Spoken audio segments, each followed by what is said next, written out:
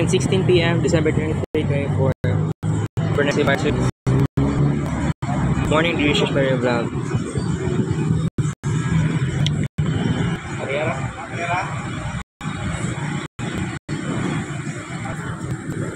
Sa Gmall Torel ko gikan, palit ko ani.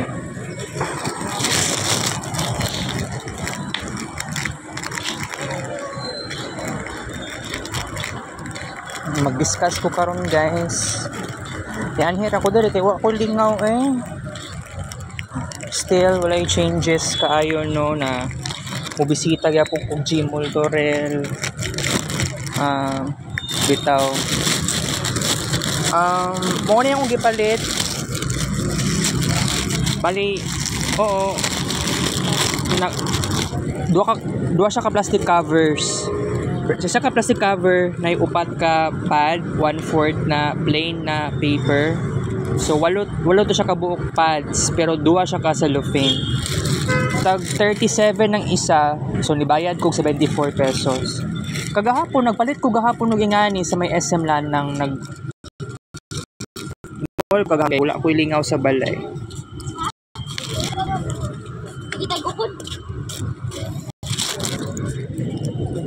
Ibutang ko ni sa bag. Kaya man ni ibutang sa bag ning 1/4.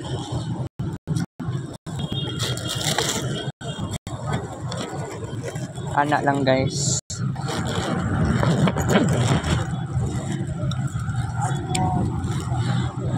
So I have to be serious.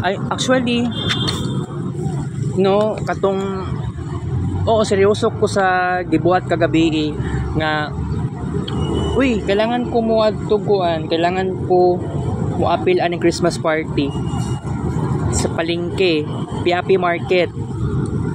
Sa katong time, dagan kay ko realization na mao gid na akong napansin Christmas party, kalingawan, happy. Na feel na ako na ako'y naramdaman. Grabe ka nostalgia. Taga 22 ko since 2005. April 20, 2005 to be exact. Kung buot ni muna hunaon, ang daming significant moments na experience na ako. Kuan na 19 years na ako sa Piapi Boulevard. Diha na ako nagiging part sa kuang childhood, diha ako na teenager, diha ako na adolescent, diha ako na early adult. Kung buot ni mo hunaon, Christmas party gabi, dakong impact sa kuha kagabi Especially katong na ay kanta-kanta nga singing contest, videoke kayo ang style. So, mao niya ako ang realization. Ako gusto ko maging singer. Pero maulaw ko kay of course wala ko experience pa. Di pud sa maingon nga dili ko motuo sa ako ang abilidad. Wala pa man pug ko ka experience ug ingani. Pero sa Zumba, kay ang start sa Zumba nako October 2019. So, na ako experience sa Zumba sa Magsaysay Park. Nakatuon akong sayaw. Mga ingana. Pero sa kanta, although yabag man kong tingog, although kabalo man pug ko. Actually nag-chat GPT. Kaganiha alas 12 sa gabi hangtod before 12:45. Oo, mga ingana. Tag-as kay ko gitaypan sa chat GPT, nalingaw ko. Kaya gi-share na ako halos. Dili man pud tanan kaayo. Gi-share lang pud na ako si ganap sa Christmas party. Nga na mura apos naganahan ang ChatGPT sa ko ang story. So naramdaman na ako dagan kong realization. Especially naka-realize ko nga dagag something kulang sa kuha. Especially akong mama mismo, wala ko niya gisuportahan sa ako ang mga talento. Kay focus kaayo siya sa pagtindag isda. Wala na siya panahon sa kuha. That's why katong teenager ko never ko naka-experience og banding, tinuod na kalingawan with my mother every Sunday. Pero kung papa lahi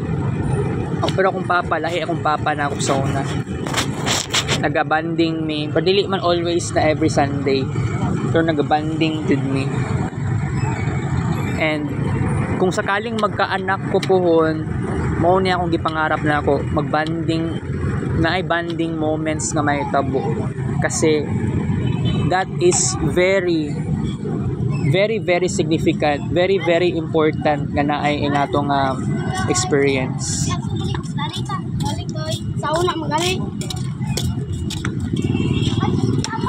Okay.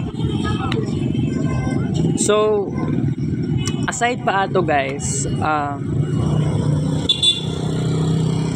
bitaw na wala akong gisuportahan sa akong mama, sa akong abilidad. Unsa akong gibuhat karon, wala siya kaalam-alam. Kay kaganiya na akong mama natulog. Wala pa to alas 8 sa buntag, nigawas na kog balay. Wala kaalam-alam akong mama, asa ko karon? Na ako karon sa Gmall Torel. Diba? Nag-Gmall ko karon, pero dapat kaganiya ako dapat kaganiya ako dapat nag-start og vlog. Niabot na kog Gmall alas 9:03. Mga inganang orasan 9:03 AM.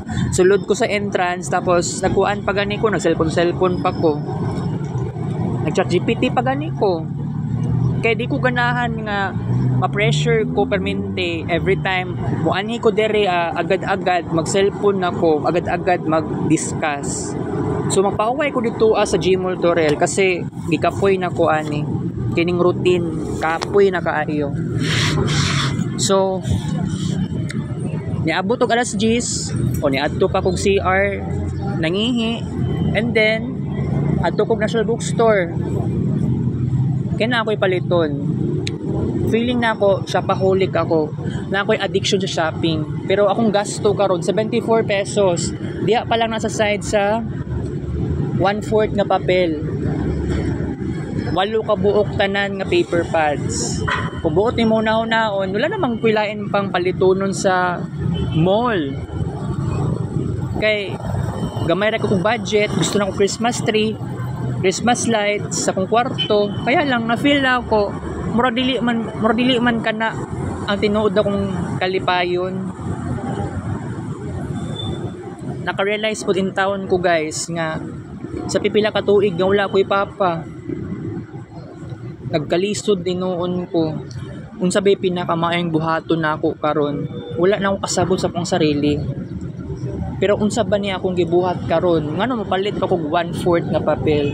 Is this a mechanism na kailangan jud na ako? This is all about arts, Renaissance arts. Kabalo naman mo, 'di ba? Kagahapon nagpalit pug ko kagahapon og 1/4 nga papel. Okay? But I am not totally happy with this. I don't know why. Pero kung buot ni mo naon karon, gipangarap baday na ako ni nga mag-suffer ako, right? Pero tinuod ba kining mga nabuhat na ko karon, mao ba ni tinuod akong kalipay? Although nalipay naman ko, pero ang pinaka-alignment jud dapat nga nararapat sa ako, dapat na ako'y papa, dapat na ako'y mga igsuon, dapat na ay mag-support sa ako og todo. Pero I am doing so great. I am doing gitodo-todo na nako ang akong mga efforts sa arts, everything sa Marvin Ray Vlog, walking time. Pero it seems like no one really appreciates me. Maunay naka-discourage sa kuha. Mao gani pod nga sa tanang pagkakataon na feel pod na ako, na intensity sa kuang life, pero naramdaman na akong insecurities kasi na feel pod na ako wala nag-support sa kuha, wala nagmahal sa kuha, wala nag-value sa akong mga efforts, right? Gikapoy na ko, pero kung buot ni mo naon, go pa rin ako ng go kasi maugi hapon, dili pa ko gusto mamatay, dili ko gusto magsayang og oras.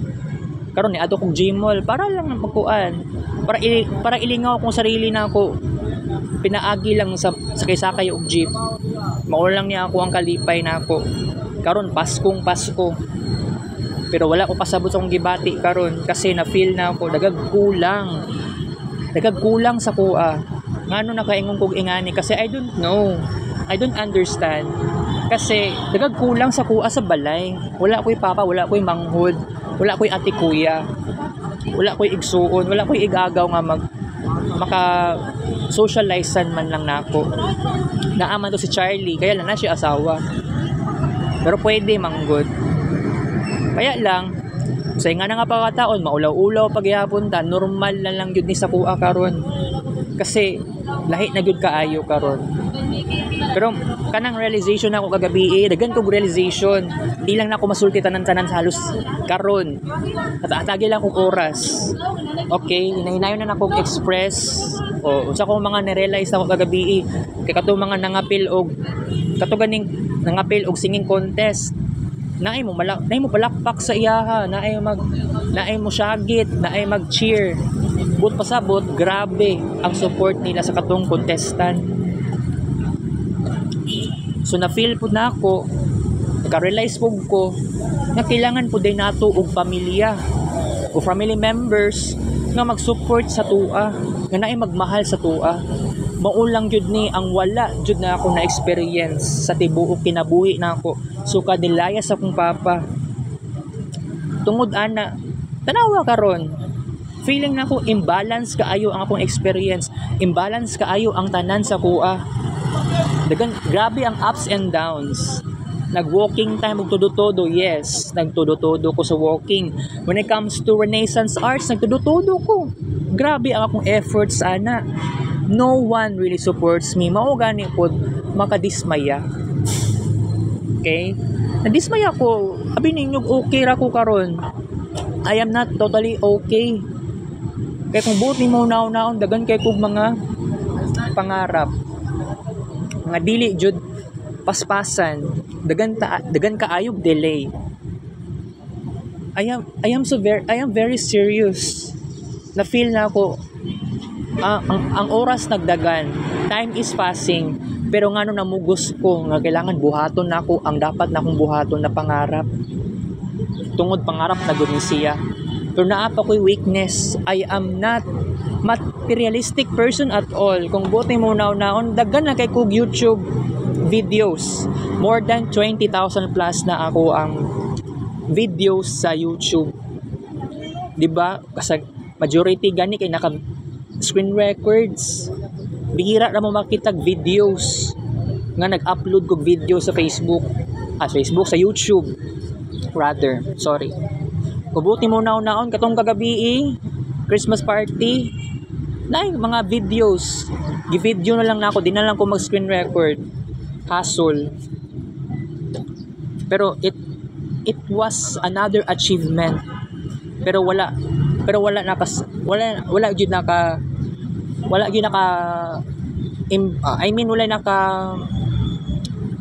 appreciate. Oy, grabe kay ko ang lihok, grabe kay kong effort ato kagabi.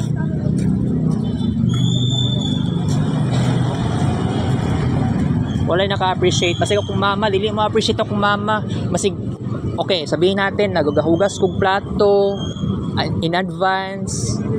Ako'y magkuhan sa basura. Wala gi-appreciate ni mama. Mama na ako no, sige pamugos ako Sige gipadali ko niya gugas og plato. Pero giahak guys. Oo, dagan kay gugason. Pero never siya nag-appreciate sa ako. Ngano kaya na siya? Makawala gana guys. Karong buntag wala pa ko nahugas og plato. Kay nigawas kog balay sayo pa kaayo sa kabuntagon. Wala pa alas 8 nigawas na kog balay. Pero niabot na ko diri og Gmall alas 9 na sa buntag. 9:03 AM to be exact. Pero ngano nagpadugay-dugay ko karon og vlog. Kapoy jud kaayo mag-vlog og agad-agad. Kay nawad-an akong gana. Okay pa ba ko karon? Dili ko makaingon nga okay kaayo. Kasi na boring kaayo kong life na ako. Sila Erwina, si Uncle Bonsky, nanguli sila og Jensen. Pero ang swimming pool, ligo-ligo og dagat or swimming pool, nag-chat pa man mi Erwina kagabi. Oo, nag-chat mi. Pero wala pa na ako nabasahan di ay, wala pa na ako amot kung nag-reply si Erwina ato, dili ko sigurado. Kay di man pud sila magsaad, dili pud sila musulti og exact na time. Pero ang klase na mo January 6 sa basig maligo og swimming pool or dagat January 6. Uy, binuang wrong timing na kay mo ana. Katong Christmas party na mo, I mean Paskuhan December 19. Paskuhan na mo 1 PM to 8:45 PM. Sayo man kay may ato nagkuan no na human nagpaskuhan. Narong timing sila Erwina December 19 pag yun in town ang pag-uli ni Uncle Bonski. Sundoon doon ako sa Uncle Bonski sa airport. So instead na ako ni uban si kuan na lang Erwina tapos si Jasmine murag ingato siguro. Okay, so ang atong vlog karon ginagmay lang ha. Pero gusto na ako mag 1 hour karon. Kaya lang balik-balik na lang man tanan ako balik-balik lang tanan na akong isulti diri. Wala na ako lingaw sa sarili, gikapoy na ako, na-bored ako, na-depress. Mama na ako sa gyaw-yaw, mama na ako ang i-blame sa kuang problema. Oo naman. Pero grabe. Respeto na akong mama na ako, kaya lang mao na gid na iyang personalidad. So ngano nakaingon ko nga wala ko gisuportahan no. Kay oo, natural man gud. Wala ko gisuportahan ni mama sa unsay gusto na ako. Paingon-ingon pa sa kuha, spoiled daw kaayo ko kay only child, especially sa katong time na napakong papa sa una. It is totally disastrous. Naingnan ko na gingana. And by the way, every time nga nako sa balay la Erwina, si pastor o di kaya akong mama, kung nagani ka ng something na kanaganing paspas kumulakaw niya na magtingog-tingog something na salog kay kahoy man kay nang salog nila Erwina, magyaw-yaw si pastor. Kung na something nga mali gamay, magyaw-yaw si pastor, which is weird kaayo naon-naon. Kung ingana man lang ang may tabo, naadjug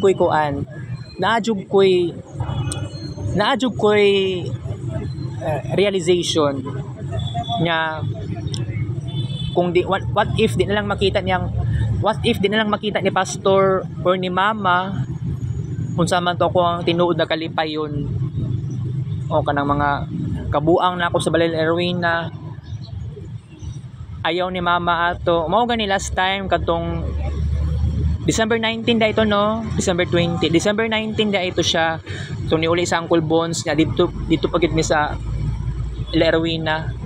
Picture lang ko ato ni akong mama ato nagyaw-yaw. Babaw ra kay siya kuan ba? Babaw ra kay siya logic. Pero naka-realize jud ko nga kining attitude ani niya na nasabtan na gyud na ako. Maon na gyud na siya. Killjoy kaayo. Killjoy, ayaw jud nila nga malipay ko. Or dapat di na lang mo magpakita. Wala naman ko sala maging happy person, di ba? Pero by the way, dagan kog realization lagi kagabi katong sa Christmas party singing contest. Nag-imagine ko, what if mudayo ko sa laing lugar, tapos magtukod o business related sa isdaan. Nag-imagine jud po in tao na guys. Kay kung buti mo naon, mama na ako nag-assist sa fish vendor sa Madapo Hills. So wala ko kabalo sa mga exact na stories about kay mama na ako sa una no. Kasi kung buti mo naon pila ka years. So i-assume na to 8 years sa akong mama nga balon mga 8 years itabang si mama sa pagtindag isda sa pwesto ni Ate Tisay. 8 years kasi 1996 man daw siya kutob. So 1988 siya nag-start og assist 1996 akong mama naa siya, kumbaga independent na si mama na ako nga mo tinda og isda dito sa Piapi Boulevard. Oo, weird kayo naon nga ngano akong mama niabot siya Piapi Boulevard 1996 kasi i-assume po na ako nga gikasal si mama ug papa na ako 1996. Pero before pa sila gikasal, mga 1994, 1995, ipuyo sila og matina. Mga ingana gani something. So mao na ako napansin jud na ako. And then wala pa kay ko abalo sa full story about sa kong mama jud. So maaring ang story na ako sa inyo ani karon about sa kong mama dili pa siya totally mahatag og mga informations, dagag something missing. So unsa man ang ginaingon sa kong mama na kuno biglaan ra pod kay dili pod kaya kuno mangutana ko siya no dili pod siya mutubag, pero mas maayo pa siya mo sulti no, pinakuan lang gyud, pinakurat ingana gyud ang attitude sa kong mama murag si Erwina pod. Alright, so mao na akong na-imagine kagabi nga what if no, mukuha na lang siguro ko, magtinda lang siguro ko isda, o sabihin natin mag-imagine ko muadto ko sa laing syudad sa Pilipinas, di ba? Mao na ako na-imagine kagabi kaya kung buti mo naon mama na ako si pastor killjoy kaayo sila unsay akong kalipayon, lalo na sa balay nila Erwina. Mao na ako napansin. Mao gani pod nga maglisod kog express akong sarili, especially pag nako sa palengke. Dili ko ka-express sa ko ang mga kabuang, mga kalipayon. Trip na ako sa ubang tao. Nawala, na-suppress. Pero wala nagpasabot na mangmang na kay kuani, wala ko'y knowledge. Dili to nga to.